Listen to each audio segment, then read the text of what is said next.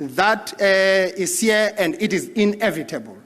We must modernize our production system speedily because the European Union Parliament passed a resolution to ban the sale and purchase of diesel and petrol vehicles in the market by 2035. That resolution has consequences for us because the EU is the biggest market for automotive products. I know Volkswagen South Africa has got some good discussions as well on the new generations that are coming, but that must be done between now and 2035. We've got to make sure that we really actually comply with international standards. I've tasked the Automotive Industry Development Center, Eastern Cape, to work with the private sector to implement projects that will actually prepare us to be ready for that particular moment, the transition to the electric vehicles. Key among these projects is installation of the public electric vehicle charging station in all key routes, enhancement of electric vehicle scales, and promotion of renewable energy projects to sustain demands of the auto sector. And these are projects for the future in our province. That's why we talk about your Agora and others on lithium investment. These are companies that are coming up to look at spaces to open up factories in our SEZ. We are paying a particular attention to component suppliers in the sector because they are as important as car manufacturing companies.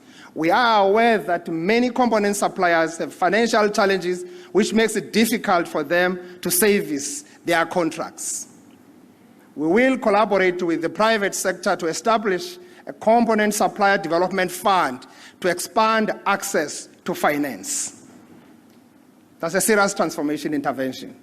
One area that has been bothering me when it comes to the auto sector is the one of panel beaters and mechanics, which is a thriving business in townships.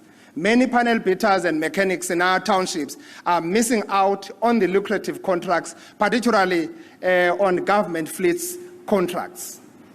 Today, we are announcing the establishment of an auto sector aftermarket program that will benefit 300 panel beaters and mechanics in our province.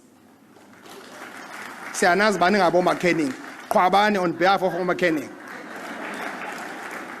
The program will be rolled out by the AIDC Eastern Cape, and it will focus on the training capacity building and aftermarket funding over the next 3 years.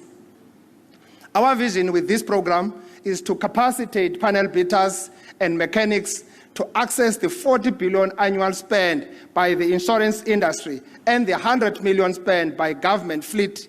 So leyo izakuni apho ezilokishini nalapho ezilalini bantu bakuthi abo banesakhono sokwazi ukulungisa imoto. Siyayibulela ke into kokuba elithuba linje nilisebenzisa.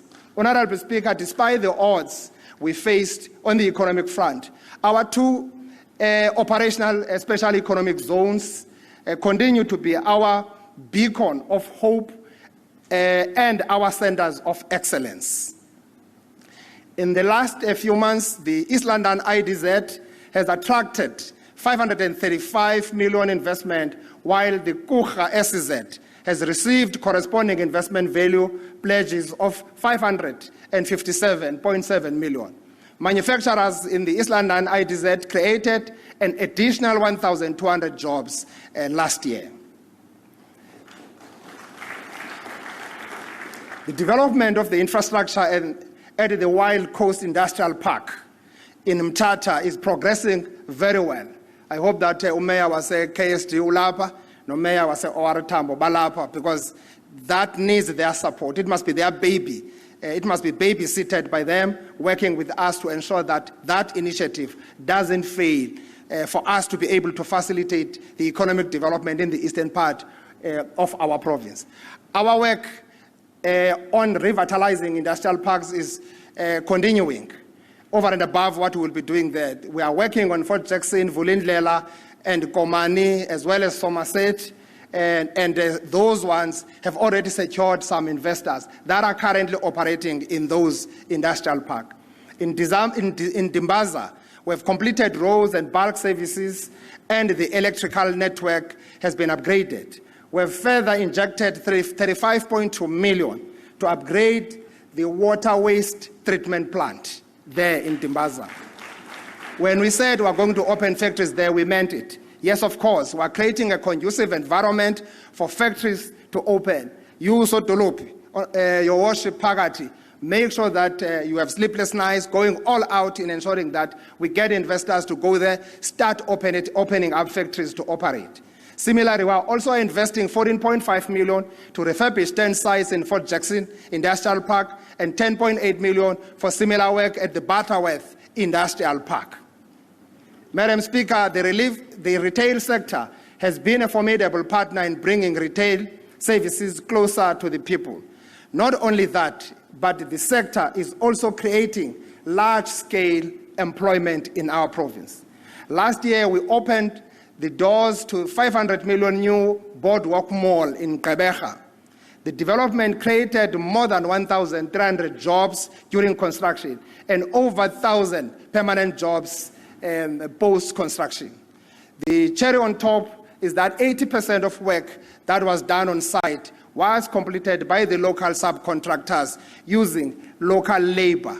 It's important, I see the MEC's minister is here for small business. I think he's very much interested on how are we making it a point that we support these small businesses, these small contractors, emerging contractors, to participate meaningfully in the opportunities like these. The future looks even more brighter for the retail sector in our province. The reason we say that is because the Shoprite Group is investing 1.5 billion in a distribution center at Gqeberha that has created 955 jobs, and Sanaha Property Development has pledged 542 million to build the Boxer stores in our province. Bayazo Mayor, dite wonke umuntu onomhlaba makenze umhlaba available. We don't want a single investor that comes here gets frustrated because you cannot avail land immediately when an investor is here to actually invest in our areas. All investors will be housed by the municipalities in your towns. You must move with speed. We have actually done. Actually get the momentum we've created from national as well as from the provincial space. Our vision is to partner with big retail companies to build distribution centers across our districts in the province, prioritizing especially small towns. I'm making a special appeal to the traditional leaders and local municipalities to avail land to private investors for economic development for the benefit of our people. Masisebenzeni sonke kwenzela into okokuba sibethe ngesinye ukuqinisekisa uba umsebenzi uyakhawuleza. We are having an ongoing conversation with the retail sector to scale up sourcing of goods such as vegetables from the local farmers. To make this possible, the government is assisting local farmers to massify production to meet the demands of the retail sector in terms of quantity and quality. Honorable members, agriculture is a sector where we have a comparative advantage as a province. We have said it before, this is where the livestock is found. We want to increase the contribution of the sector to the GDP and create employment opportunities for our people. Our programs to support farmers continued in 2022, as our programs will continue in 2023 and move on to other outer years of our medium-term expenditure framework. We completed 91 infrastructure projects that benefited 1,549 smallholder farmers and created 921 jobs. In the new financial year, we are scaling up this program by investing 139 million to implement 184 infrastructure projects that will benefit 3,132 smallholder farmers in our province. We are investing significant resources in high value chain commodities such as grain, citrus, vegetables, and meat. Last year, we planted 21,000 hectares, benefiting a total of 8,900 smallholders and 15,200 subsistence producers. This year, we are scaling up the program by investing 102 million to plant 27,000 hectares. We are further investing 50 million to support commercial scale production in fruits, grains, livestock, vegetables, piggery, and poultry commodities. Our province is the second largest producer of citrus in the entire country. We are following Limpopo. Citrus growers in our province were adversely affected by the price hikes on a number of inputs due to the COVID-19 pandemic and the war in Ukraine. We are putting measures in place to avert any possible liquidation of this business, as that will threaten industry transformation and lead to job losses. The National Department of Agriculture and Rural has already granted approval to redirect funds from other projects to implement the bailout intervention and